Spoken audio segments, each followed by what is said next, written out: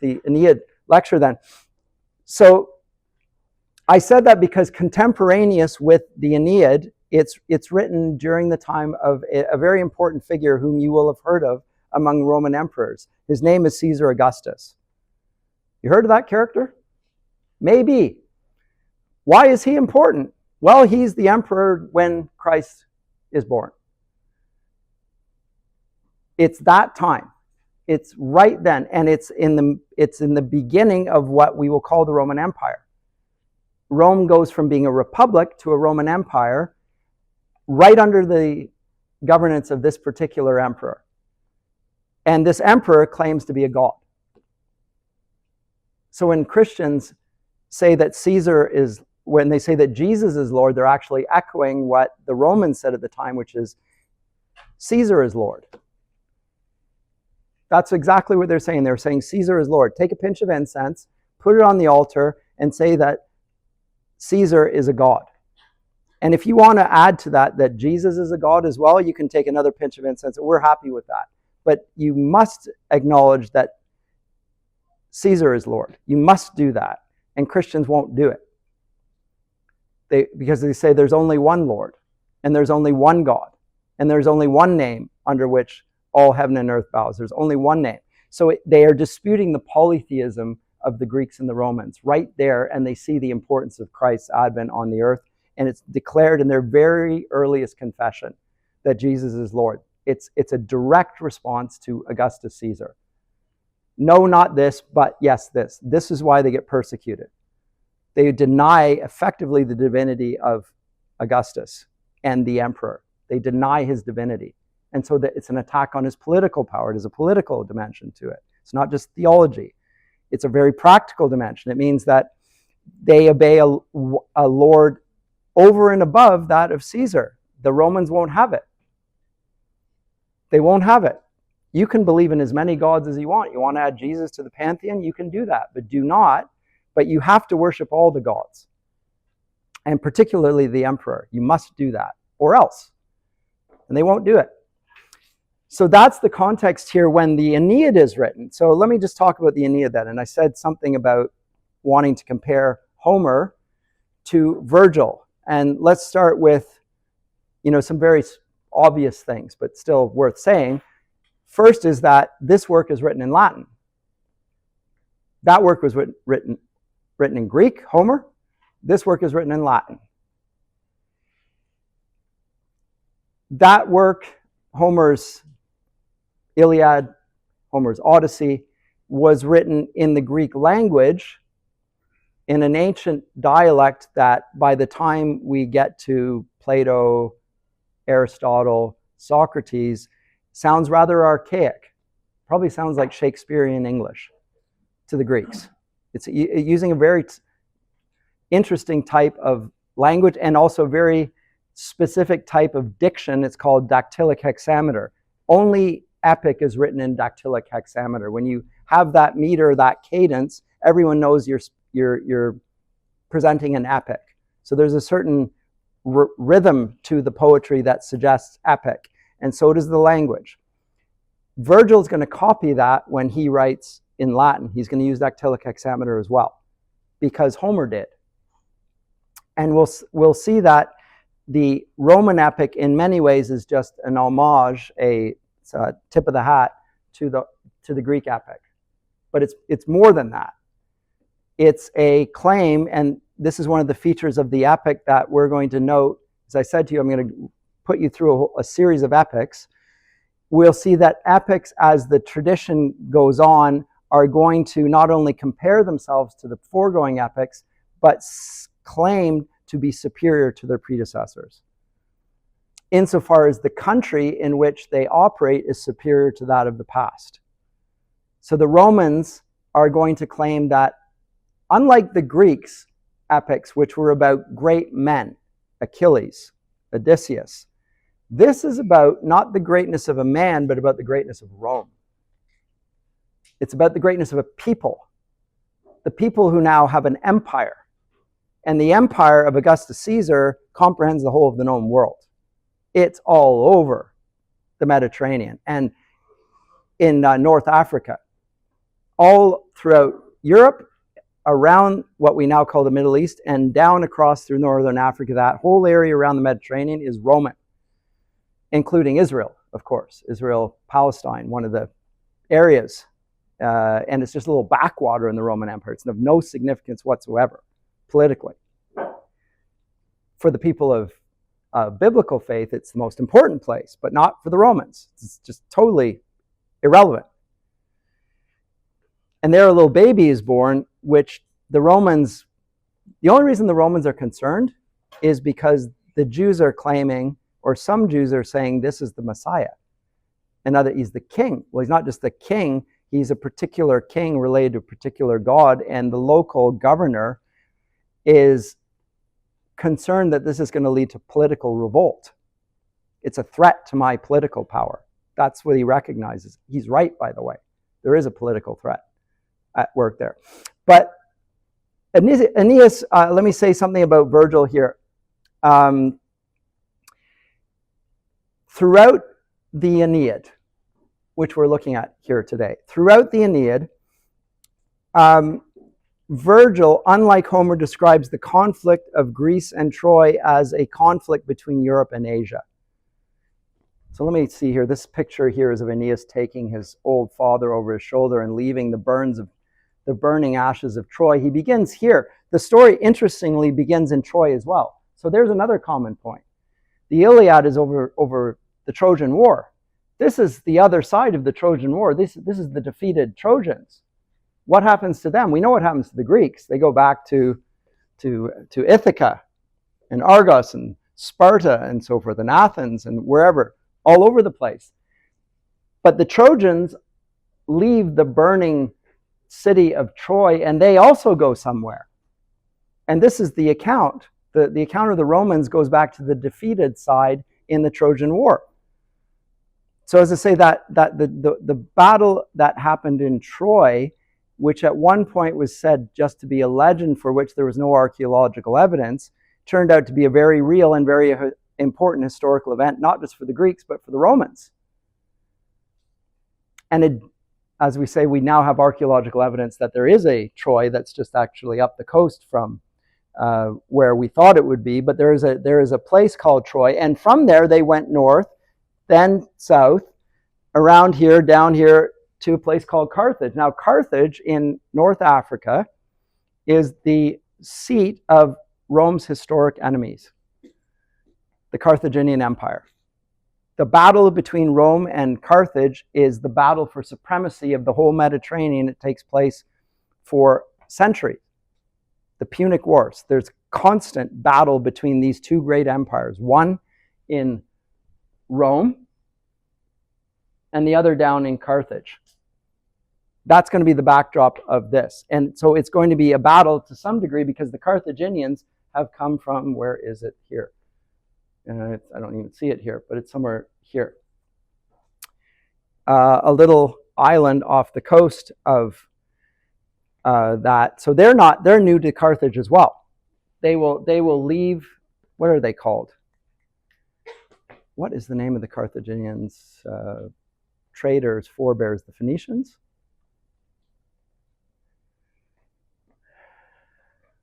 It'll come to me.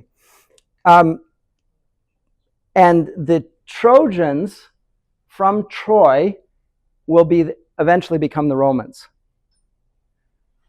And the Romans, by the time the story is told, remember it's told in the context of Augustus Caesar by his buddy Virgil, and it's commissioned as a work celebrating the glory of Rome, is going to tell ancient history of the war between Carthage and where that war began. He's telling a historical account of the Roman Empire, among other things. And he's going to, at the end of that, talk about the importance of this man who's Augustus Caesar, who will trace his heritage all the way back to one of the Trojans that escaped that war, whose name was Aeneas. And he had a son mentioned in the story whose name was Iulus, an ancient Roman name, the Julii.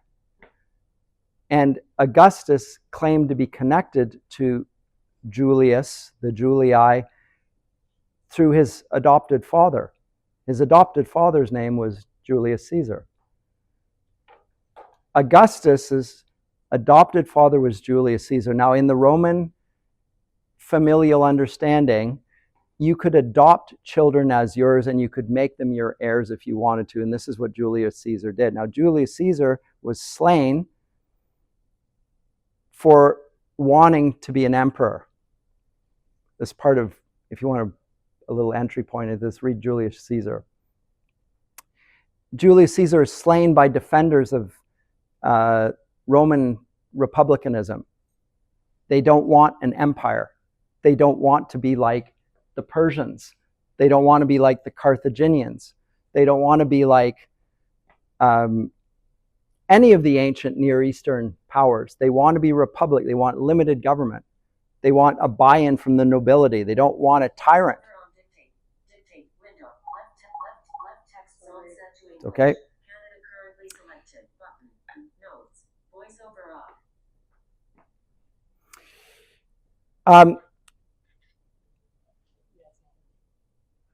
Okay, so the idea that he is the founder of Rome has political consequences of which in the ancient epic of the Greeks, there's no correspondence whatsoever.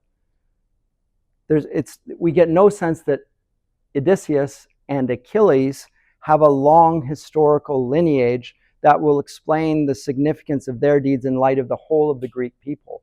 But here we have an account of a man whose forebears, Aeneas, is so important that it founds the very country of Rome. Rome does not exist as a nation at the time that Troy is destroyed. It doesn't exist. Remember that the Battle of Troy takes place in the 12th century BC. And the people that came from there eventually ended up over in Carthage and eventually came to Italy to found the city of Rome. Now, they found the city of Rome 300 years after the fact.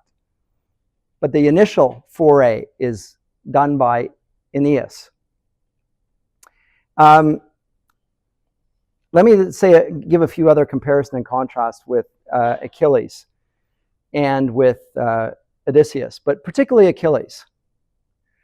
Achilles represents a very extreme example of the heroic ideal of pursuing fame and glory and reputation.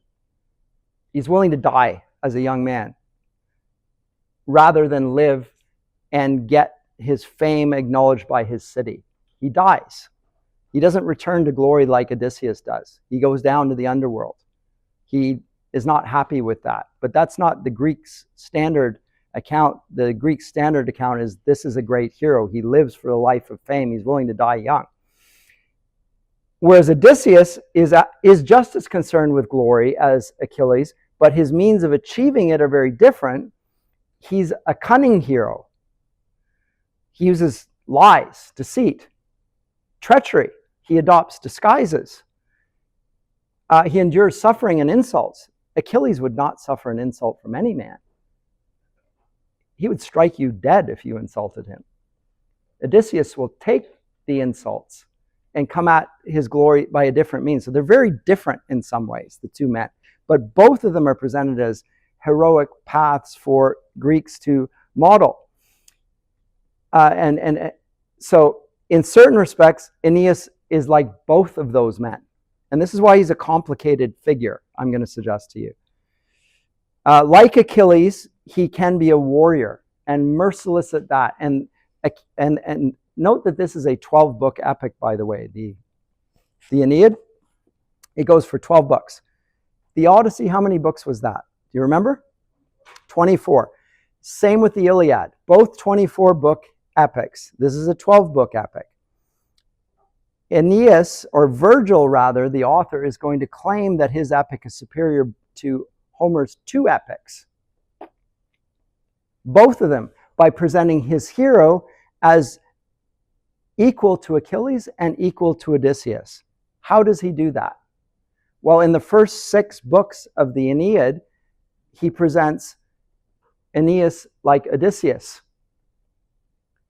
He's a wanderer. He's on a voyage. He's moving around here and there, and he's not very admirable. He lies. He deceives. He dissembles.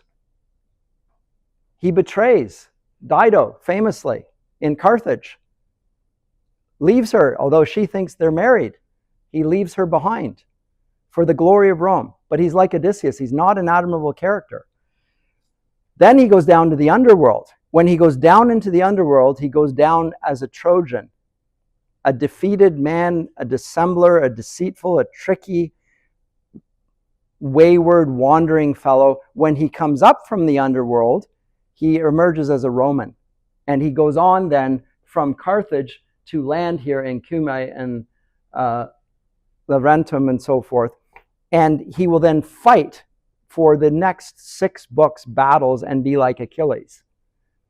And so you get the Odyssey, first 6 books, the Iliad, second 6 books.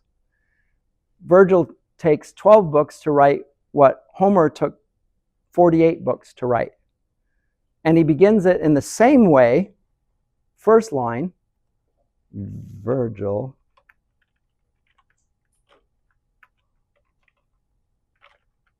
This should work. Hopefully it works. It'll take me time. Oh, it's slow, slow, slow. Well, I'll read you the first line. Still not up.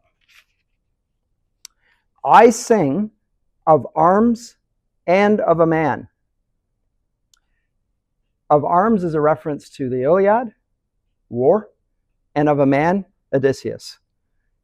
In other words, in the very first line, and he says, I sing, he is going to sing and invoke the muse, the heavenly muse, to tell his story. I sing of arms and of a man. Let's try this here. Oh, limited preview. Oh, that is so annoying.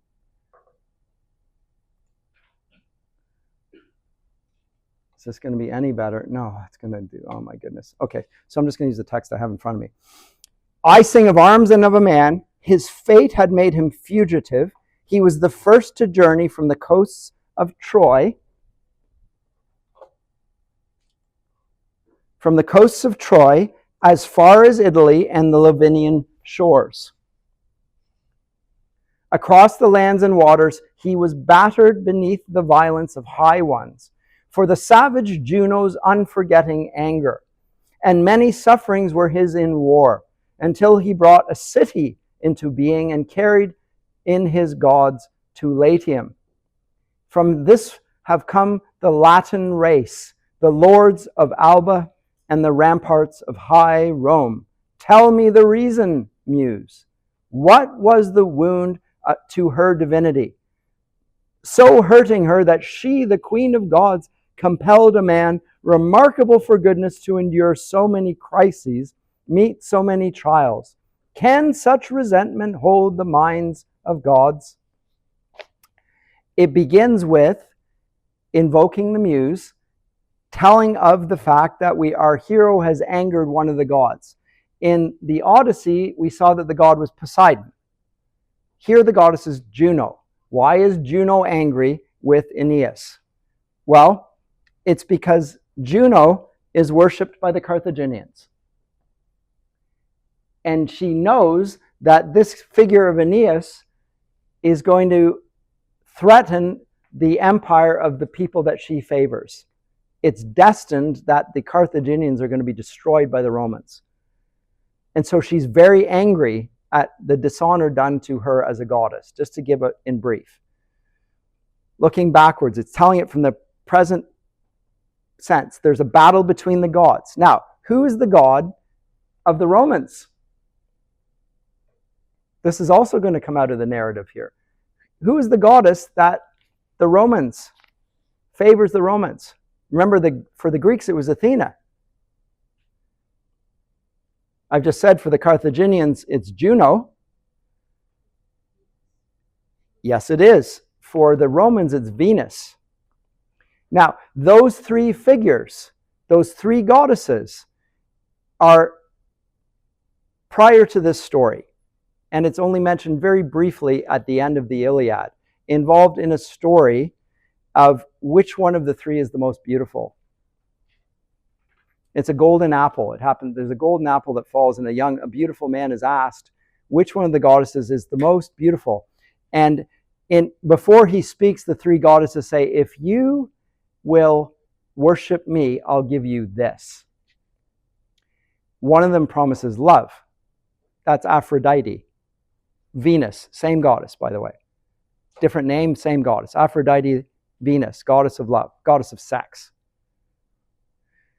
The other is Juno, the queen of heaven, Jupiter's wife, Zeus's wife, called Hera in the Greek rendition. The third is Athena. It's the same actually in the Roman account. She's called Minerva. The Athena promises wisdom. If you worship me, I'll give you wisdom. Who's the man that was presented with this? Paris. If you worship me, Paris, I'll give you wisdom, says Athena. Aphrodite says, if you worship me, I will give you the ultimate female desire. And this goddess says, I will give you empire. He chooses Aphrodite. It's a bad choice. So he takes Helen of Troy, the most beautiful woman on earth, and takes her back to Troy. And the other two goddesses are furious. Who are the other two goddesses? Athene, representing the Greeks, and Juno, representing the Carthaginians eventually, what they eventually become. They are at war with this. Now, the Greeks go on and attack, and as we know, bring down the city. They sack it, destroy it. But the Trojans that have brought the worship of Aphrodite into their midst carry on with the worship of the goddess that they should have worshipped to begin with, which is Juno, as they go there. And Juno is their protector goddess. So it's a battle, in other words, between two goddesses, Venus and Juno now. That's what motivates the whole story. It's a battle of the gods in the backdrop. All connected to that one old ancient mythological story.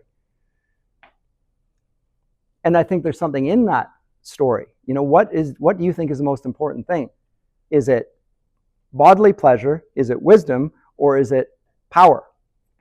Juno represents power. The Greeks love wisdom. The Romans love pleasure. This is not good. This is not good. Virgil, who knows that this is characteristic of the goddess of Rome, is going to try and declare that the Romans are building an empire that will last forever. It will be an eternal city. The city of Rome will govern, and it will govern with justice forever. But he is also declaring right from the outset that the goddess of the Romans is actually Venus, and Venus provokes men to give way to their passions, to do crazy things, to do suicidal things. And she eventually will dupe Dido of the Carthaginians to fall in love with Aeneas, and as a result destroy her own people.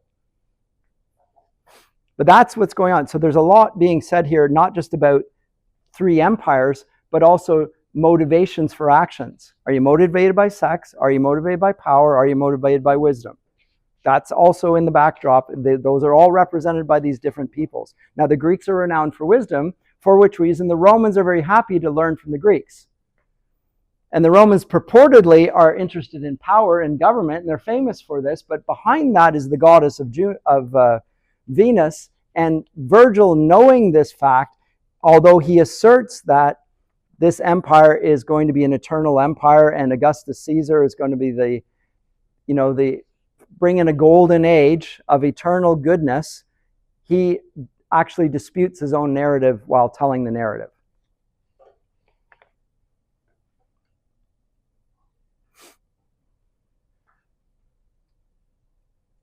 Virgil's story, although it's a secondary epic, secondary to Homer's, is more important than Homer's in a couple of senses. Firstly, it's written in Latin, and the civilization of the Romans is preserved in the Latin language by the church. So although it's not a Christian story, it's written in the Latin language, and the Latin language is used throughout the Roman Empire as the lingua franca, the free tongue, the tongue used by everyone within the empire. And Virgil's Latin is so good that people in school read Virgil to understand how to speak and write good Latin. So it becomes like a textbook.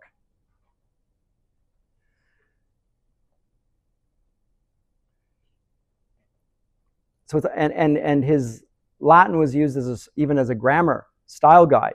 So when you're studying grammar in school as a child, you're reading Virgil as an example of how to use the language well. So it becomes a style guide in that sense. The second reason that Virgil is more important than Homer is Virgil, and I will note this when I come to our study of Dante in a couple of weeks. Virgil seems to have a prophecy that later Christians will connect specifically to Christ. They'll say that Virgil, although he himself didn't know Christ, in his own prophetic works seems to acknowledge the advent of a Christ-like figure that will bring the lion to lie down with the lamb, etc., and usher in a golden age. I'll get to that when we come to that. Any comments or questions at this point before I move forward a bit more? Yes. You're talking about how you get the wrong choice. Is that kind of like who's he? Paris, yes, originally. Okay. Well, I don't know if he made the wrong choice. He made the choice he made and it had consequences. But we're supposed to despise him for it. Okay, that's what I was going to ask. Is like they would have saw that as also. Yes, everyone, including his own brother, Hector. Hector thinks his younger brother is an idiot. You've chosen a beautiful woman that's actually married to one of our rivals just because you had the hots for her? And you've threatened the destruction of the whole of the Trojan. Our whole city is at war with the Greeks because you couldn't keep your hands off somebody else's wife? Are you crazy? Yeah, and so even the Trojans are going to question that decision and lament and rue that fact.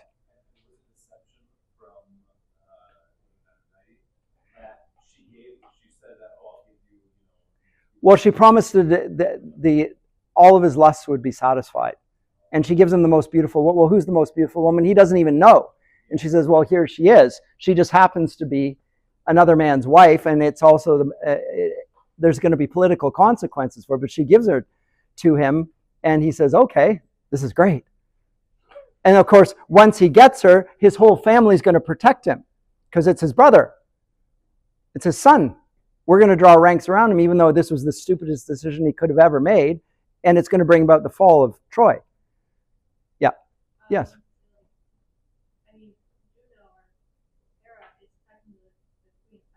She is. She's Zeus's, in one sense. Of course. Going for power would be the obvious thing, or going for wisdom. You might go for wisdom, but actually power would be the most obvious thing to do in the ancient world. You go for, you're going to... He goes for the hot girl. Big mistake. Something's being conveyed there to the whole Greek culture. And for that matter, the Roman culture, because the Romans have the same conclusion about that. You're not motivated by that. It's not that we understand the attraction, but that is not why you do. That should not motivate your actions. That's letting your passions rule over everything else. You got to let your head work, and your head has to be ruled by your virtues, your chest. Your virtue should be directing you in the right decisions. Don't take another man's wife, a political rival, just because you think she's the most beautiful woman you've ever seen. Don't do that. Part of the story, and it has consequences that are political. The whole of the cultures fall because of it. And that battle is the backdrop for the beginning of the Aeneid. It's the fall of Troy. We've got Hector there. We have Paris there. We have but at this point, it's over. The Trojan horse has come in, and the city's on fire. It's all over. The Battle of Troy is in the past. The city is falling in ruins right now, and Aeneas is trying to get out with everything that he can. By the way, he wants to fight and die in glory. But then he gets a vision that says, don't do that. Live for the future, because the future is more important than the present. And in the future, your people will be glorified above all others through one of your ancestors. And your ancestors will be acknowledged through your son, little Iulus. And of course, Virgil, who's writing this, knows that Julius Caesar has adopted Augustus as his son, and so he traces his family lineage to Aeneas' son Iulus. So there's a connection, a thread between one of the great Trojan heroes and his adopted father. So it makes it very personal. And so there's a historical dimension to this that simply is not there in the Greek epics at all. So Aeneas is like Achilles. He's concerned with glory, but the conception of glory is changed by the forward-looking character of the epic. So in Roman legend, Aeneas is the one who bridged Troy and Rome. And it's not as it's presented here by Virgil. That takes place under Romulus and Remus. You've heard of them it's repeatedly. The brothers, they found Rome, suckling the she-wolf and all that, the two brothers, and one kills the other and all that. That's the normal legend. Virgil departs from that and suggests that it's actually Aeneas that founds the earliest beginning of Rome, in order to make the connection between Aeneas' son Iulus and Augustus Caesar, because he wants to make that connection of the eternal purposes of the gods in creating the glory of Rome. And Aeneas then is destined to die shortly after reaching Italy and defeating the Latins. And Jupiter tells Venus in Book 1 that after subduing the Rutulians, who are the natives of Italy, he'll pass 3 summers of command in Latium, 3 years of winter quarters before his son Ascanius, who's also known as Iulus, takes his place. So if you want to look at that 358 to 360 in your books, you will talk about that. So it's talking about the future, even right at the beginning of the tale. So what he is doing in many ways, and this is what makes him such a difficult figure to admire, is he's founding a city that he will never see, whose glory he will never know. It's all for the sake of others. It's all for the sake of a people, not for himself. Odysseus fights for himself. Achilles fights for himself. Aeneas fights for his people, and he's willing to put his own self-interest on the back burner for the glory of Rome. That's what makes him a Roman hero.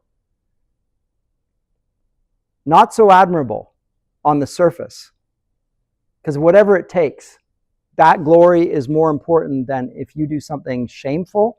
It doesn't matter. What matters is that you finish the job.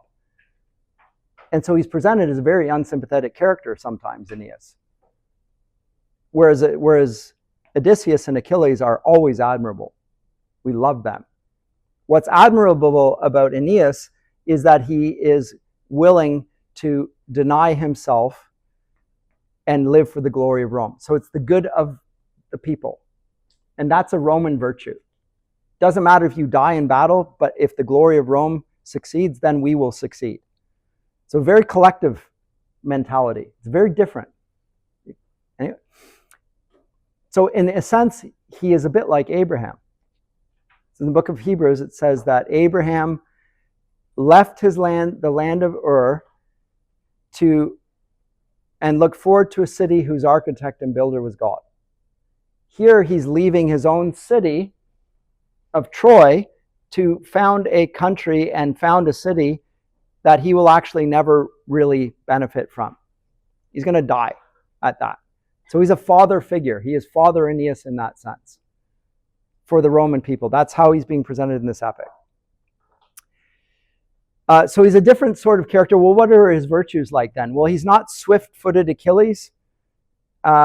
He's not the man of twists and turns like Odysseus.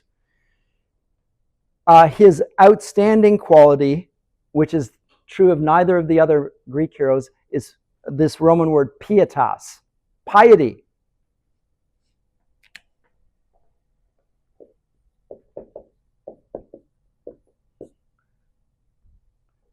This is the word that's used for Aeneas as the adjective repeatedly. He's pious Aeneas.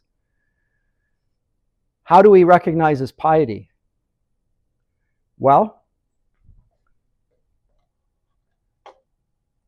one way is he takes his father on his shoulders out of the flaming city and his little son and flees.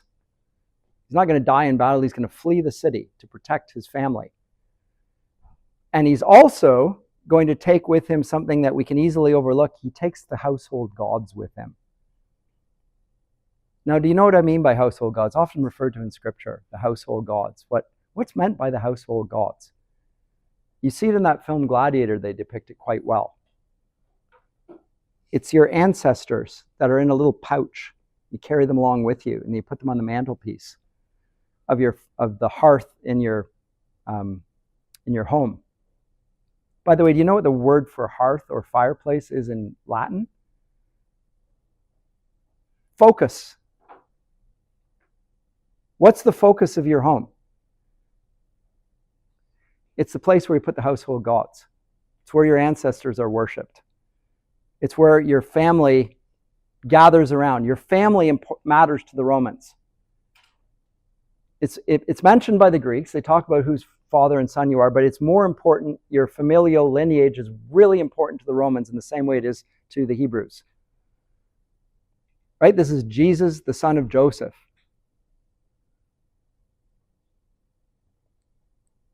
If you look at the beginning of Matthew's gospel, you get these genealogies, or in Luke's gospel, chapter 3, a genealogy. And the name of your father and your lineage is an important part of your identity.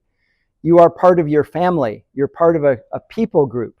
It's not, and again, I said, human identity, with which I began this whole spiel at the beginning. I talk about identifying who you are. Do you identify yourself by your last name or by your first name? Everyone here in North America identifies themselves by their first name. You might not even give your last name. I'm just, I'm John. In Asian cultures, they give you your last name. They don't even tell you their first name. Often, the introduction is, my name's Kim. Like, really? I just met a guy I met a guy the other day named Kim. Yeah. Same family, or same surname, same family name, not your first name. It says something about your understanding of your identity then, right? The name you introduce yourself by. In the Romans, they have 3 names. Virgil has 3 names. There's the father name, and then there's another significant name attached to it. Many cultures are the same thing. For Virgil, his hero Aeneas is renowned for his piety, and the piety is to his family, to his father, to his son, and also to the gods.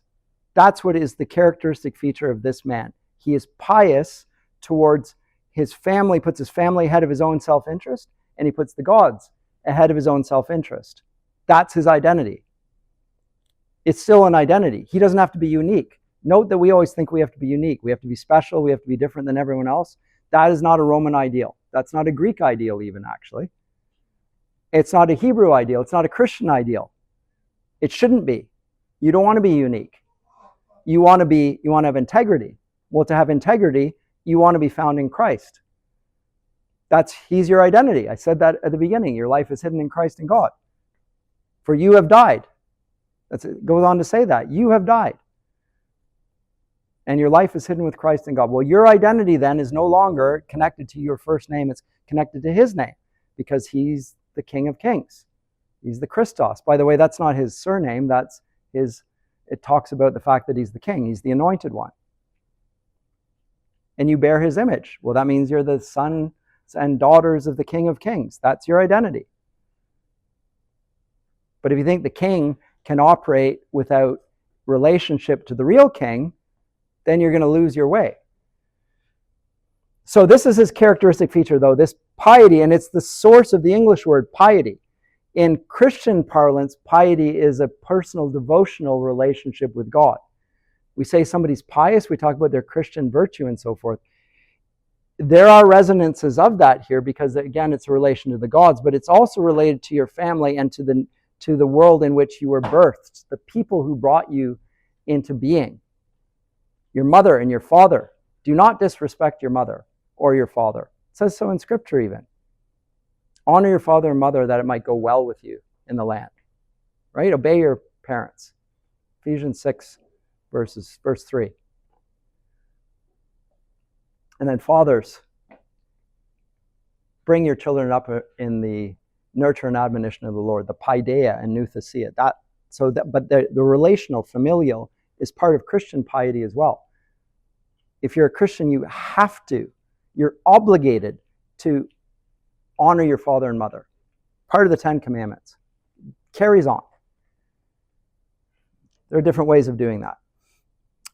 But in general, it's an important thing. So when we say somebody's pious, we mean devoted to God. When the Romans say it, it has a lot to do with your family and also with public life. Because pious Aeneas is not only interested in his family, whom he rescues, he's interested in the whole of the Roman people. The political entity that does not yet exist, he's devoted to the goodness and the glory of Rome. Do you think of your identity as being a pious Canadian? Because that's what it would mean for Virgil. To true patriot love. It's in the national anthem. Does anyone actually mean it? Love of your country. It's connected. In our national anthem, people burn flags and tear them up now. They don't sing "O Canada," so forth. Extraordinary. Lack of piety, impiety, I would say further. So for the Romans and for Christians, piety meant a devotion to your duty, whether to God or to others. But you have a duty, and Aeneas is dutiful. Hard to admire, not very selfish. We're very selfish people, so we don't value his virtues.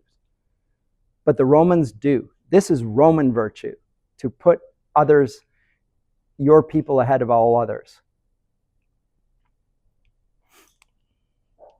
So there's a political dimension to it, which is absolutely essential. So let me give you this illustration here. So this is the depiction of, as I say, Virgil's Aeneas fleeing with his father Anchises on his shoulder, his little son Iulus behind him, his wife Creusa, who's going to perish in the flames. He doesn't even know that it has happened until it's too late. Wants to go back and get her, but he can't. This depiction is a visual summary of piety. He's got his father on his back. He's literally carrying him.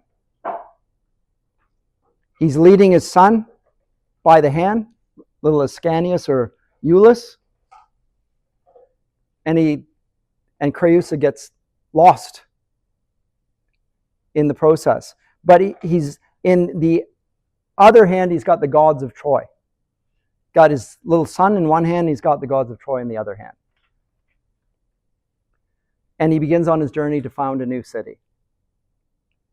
And he's going to have to go a long journey to get there. But that exemplifies Roman piety right there in that picture.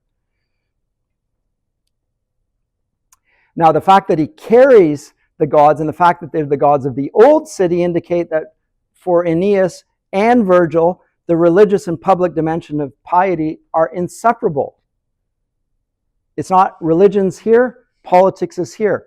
The religious features of politics and the political features of religion are connected. You can't be pious towards the gods if you aren't interested and engaged in politics.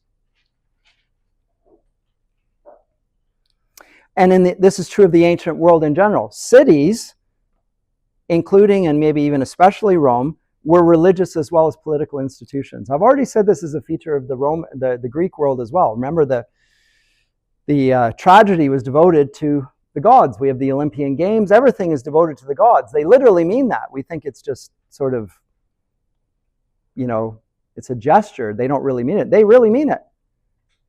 What happens in the arena is dedicated to the gods. Everything that happens in public life is dedicated to the gods. They see politics and religion as intertwined. And every city that you'll see throughout the ancient world has at least one patron god or goddess, and sometimes the name of the city is derived from the deity. So Athena is the goddess, the patron of Athens, particularly connected with wisdom. And we can see Athens gives rise to the philosophers. We associate Athens with philosophy and wisdom. So if Aeneas is going to found a new Troy, he has to bring the gods of Troy with him. So to be the founder of a city, Aeneas has to be a priest. So there's a priestly function to what he does here. A devotional aspect, which again, you don't see in the Greek epics. It's not as obvious there, but it really is obvious in this epic. As I said, piety, pietas, also requires respect for fathers. And Aeneas literally bears the burden of the past on his shoulders when he leaves the burning city behind. And this is really important for the first half of the whole Aeneid. Anchises represents the past.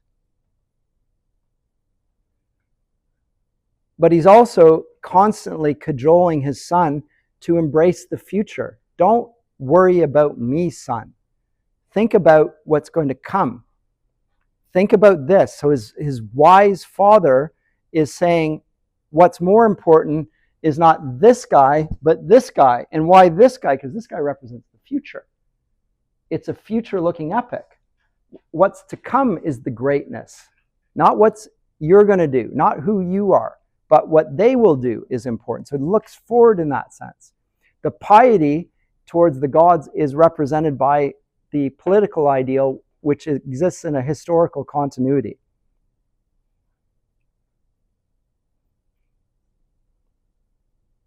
And this is an aspect of piety as well, the relation to the sun. And in this respect, piety is connected with the theme of fate or destiny, which we've already seen was so prominent in Sophocles. Fate. And what's the fate of Rome?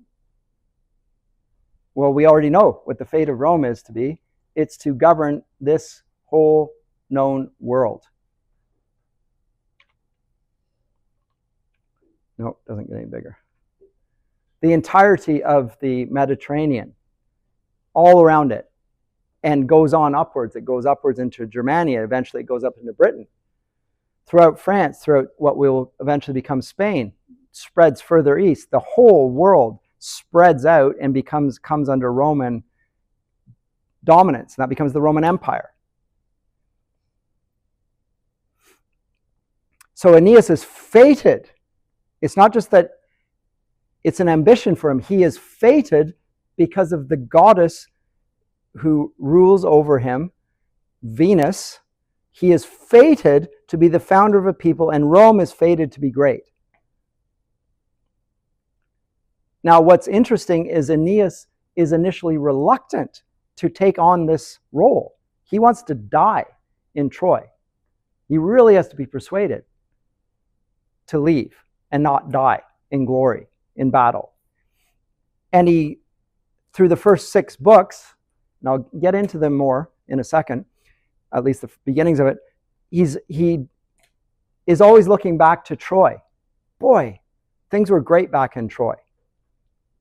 And I really miss my wife who died there. And I miss Priam. And I miss Hector. And I miss the characters, my friends, my comrades in arms. I miss those people. He's always looking back nostalgically. Remember, Odysseus, for Odysseus, nostalgia is related to homecoming. He wants to come home. For Aeneas, nostalgia is an impediment to the future. He doesn't need to come back to where he was. He needs to go forward to a place that he's never been before. So that differentiates them as well.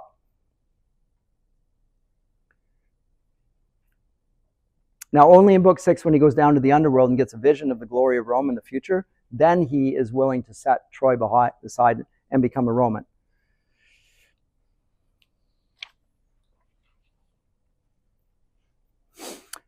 Okay, so from everything that I've said thus far, you can see the comparisons and the contrast between the Greek epics and the Roman epic up to a degree. It is celebrating the greatness of Rome, and not just the greatness of Rome, but the greatness of the Roman emperor, namely Augustus. Okay, I'll take the question and then I'll proceed. Yes? So could it be said then that in the end Aphrodite wins because the Roman Empire takes over with the Carthage? Yes, yes. From Aeneas's, or rather Virgil's perspective, the goddess Aphrodite, or Venus, wins. However, what's the character of Aphrodite's reign? The goddess of love. What are the people who are seized by reverence for Aphrodite or Venus like? Are these the people who are stable, who make good decisions, who can be trusted, who will build something to last? And the answer is no, they're not. And Virgil, who is a stoic, is intensely suspicious of Rome, and he so this is what I was about to say.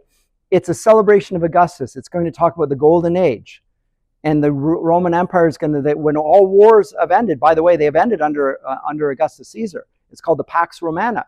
How do we bring about the peace of Rome? Well, you just kill everyone who opposes you. We have peace. Great, there's the peace of Rome. Well, that's when Christ is born, by the way. All the wars are over. They've subdued all their enemies, crushed them. The Pax Romana, it's a golden age. We have an empire. So you could see it as the praise of Augustus Caesar and the coming of a new golden age.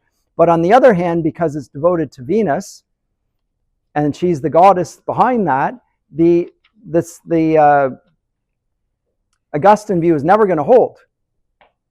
Because Virgil, being a true believer in the gods, knows that the character of Juno's or Venus's reign is chaotic and led by the passions, and no people led by their passions can ever rule for any long period of time. Ever. Now, he doesn't see the fall of Rome, but it's rooted in that observation. And we'll know something about the collapse of the Roman Empire, which Edward Gibbon accuses the Christians of. They brought down Rome. The account of the fall of the Roman Empire was actually they gave way to their lusts. They stopped having children. They had orgies. They were involved in excessive eating. Then they would vomit out the food and then have another, more food because I'm full. I'm so full. Okay, well, how do I get rid of the fullness? Okay, now more food. Same.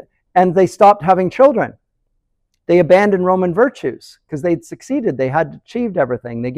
Their priorities were Venus priorities. The only thing that preserved the Roman heritage is the Christians. That's what preserved Roman culture at all, the Latin language, which the Romans bequeathed to us, but it's the Christians that spoke in Latin in Western Christendom kept Rome alive, and I would say Latin culture was kept alive because of Christians. The Romans collapsed under their own sinfulness and by persecuting Christians, which always brings down empires. The martyrs, terrible persecutions of Christians in the arenas and so forth. But the Christian faith keeps growing. Why? And why do Christians get into power? Because they're the only people renowned for being virtuous when nobody sees them. You can trust those people because they worship a God they can't see. But they believe sees them at all times, everything they do, all their thoughts. So they act in devotion, in piety to that God in their life, so you can trust them. Okay, well then put them into power. Give the schools over to the Christians. Eventually they do, by the way. The academy is given over to Christians. So that's, on the one hand, he praises Augustus and talks about the Golden Age. On the other hand, he questions whether the Golden Age can ever exist under a people ruled by Venus.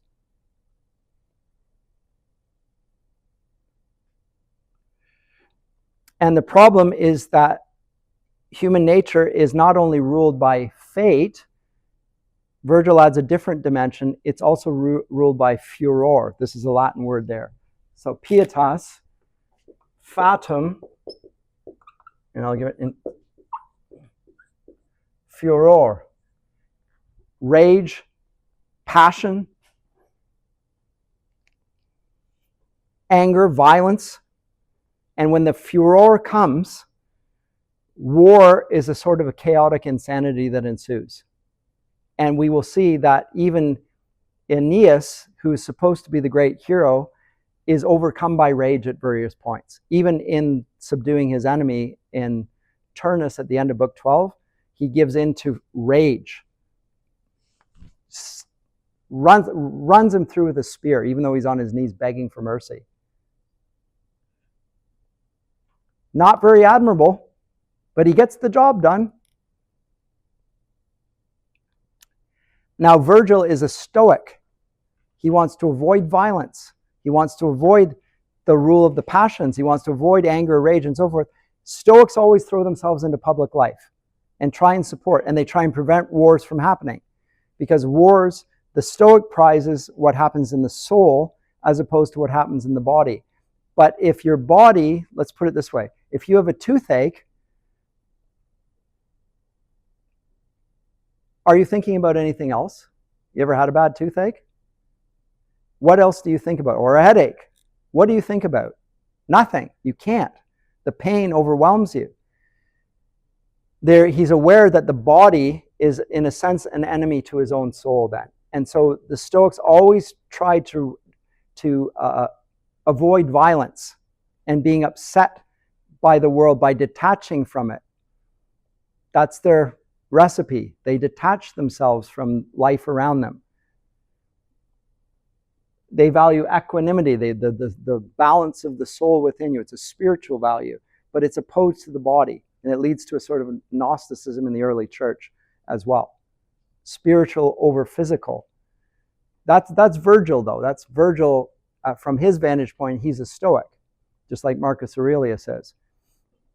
And he's also pacifist. He would love things to be peaceful, but he realized that violence is inevitable for keeping the peace.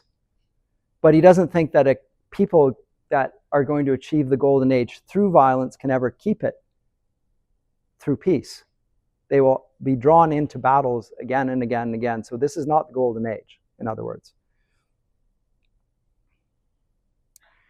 And there's also the interplay, in conjunction with both of these things, of the role of Venus in all of this. And she leads men to passion, sexual desire, which is presented like a fire. The same fire which burned in Paris to take Helena's trophy that brought about the war in Troy is going to be burning in Aeneas as he beds Dido of Carthage, which will provoke the war between the Carthaginians and the Romans for centuries. It starts with eros, destructive,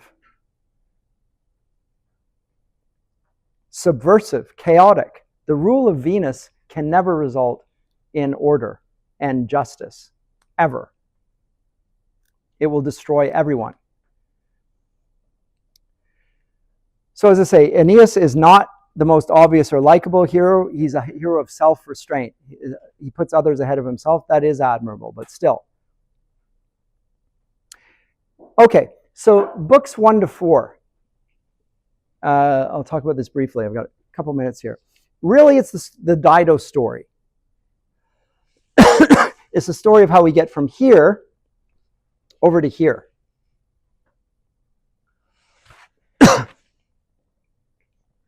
And it concludes with Aeneas's love affair with Dido in book 4, which is a mini tragedy within the epic. Aeneas is shipwrecked. He reaches a safe harbor. He's on the shores of Libya. He eventually ends up in Carthage and begins a love affair with Dido, which is ultimately a doomed one, in which Dido takes her own life, and her city falls. For which reason? Who's angry? Juno, the goddess of the Carthaginians, is furious because her empire has been temporarily thwarted by this man Aeneas. So she is furious at Aeneas and wants to prevent him from founding his own empire, because his empire will be Venus's empire, and I hate that woman. She always gets her way.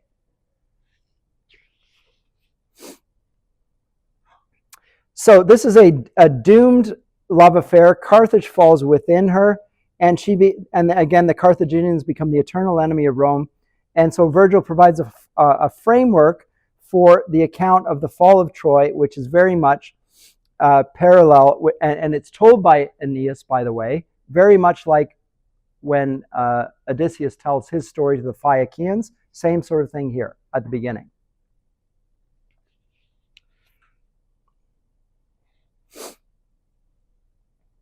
So, I already talked about the beginning, the first 18 lines, but he begins the story, so with the invocation of the muse, again, characteristic of every epic, begin in the middle of things, in medias res. Let me write that down. This is Latin. In the middle of things. Things is res, in the middle. And then he's going to backtrack to how we got there before catapulting forward. But we are already at the beginning of the story here. That's where the story begins. He's going to tell Dido, Queen Dido, how he got there. And what's he going to tell? The fall of Troy, him leaving the city, and then the wanderings that take him to that point. When she hears his story, she is not like the Phaeacians, full of admiration for him. She thinks, boy, he's a good-looking guy. He is really attractive, isn't he? Because what happens here is that Venus gets Cupid to shoot her with an arrow. And she falls in love with, she can't help herself. Terrible account. But let's go back to book 1 here. There was an ancient city they called Carthage, a colony of refugees from Tyre. That's it, Tyre. Not Phoenicia. Tyre, but it's the same thing. Mentioned in Scripture. A city facing Italy, but far away from Tiber's mouth. Extremely rich, and when it came to waging war, most fierce. This land was Juno's favorite, it is said, more dear than her own Samos.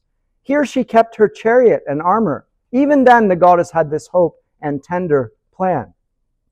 For Carthage to become the capital of nations, if the fates would just consent. If the fates would just consent, the fates do not consent. And Juno, the queen of heaven, is angry about this. You would think she would just resign herself to what's fated. Gods are not rational like that. Okay, for she had heard that from the blood of Troy, a race had come that someday would destroy the citadels of Tyre. From it, a people would spring, wide-ruling kings, men proud in battle and destined to annihilate her Libya. The fates had so decreed, and Saturn's daughter, in fear of this, remembering the old war that she had long since carried on at Troy for her beloved Argos, and indeed the causes of her bitterness, her sharp and savage hurt, had not yet left her spirit, for deep within her mind lied stored the judgment of Paris and the wrong done to her scorned beauty. There you go. I remember I talked about the golden apple, and that lies in the background. Never scorn a woman, especially a woman goddess. Do not scorn, because she's never going to forget. And she has not forgotten. It's still there. She's still angry about this. The breed she hated and the honors that had been given to ravished Ganymede was angered even more. For this she kept far off from Latium the Trojan remnant left by the Greeks and pitiless Achilles. For long years they were cast across all waters, fate-driven, wandering from sea to sea. It was so hard to found the race of Rome. Found the race of Rome, why? Because Juno is blocking it. That's just like Poseidon did for Odysseus. Juno is blocking the Trojans from getting to Rome, even though it's fated. Yes? You were saying that the curse that was pronounced, and you're saying, oh, this happened, people are coming out too many. Do you think that's at all influenced by looking at the numbers, where the king goes to Nail and says, behold, people come out of Egypt, come out of the face of the earth, they're dwelling opposite to me, come out and curse them, Influenced by the account in the book of Numbers? yeah, because it was like the same language.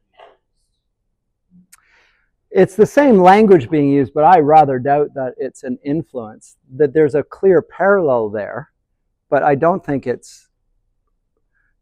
would be known to Virgil, that account, first of all. So I don't think it's an influence, but it's possible, I guess. Thank you for the question. I've never had that question asked. Good, I like it. But I realize I'm out of time here. So let me stop this.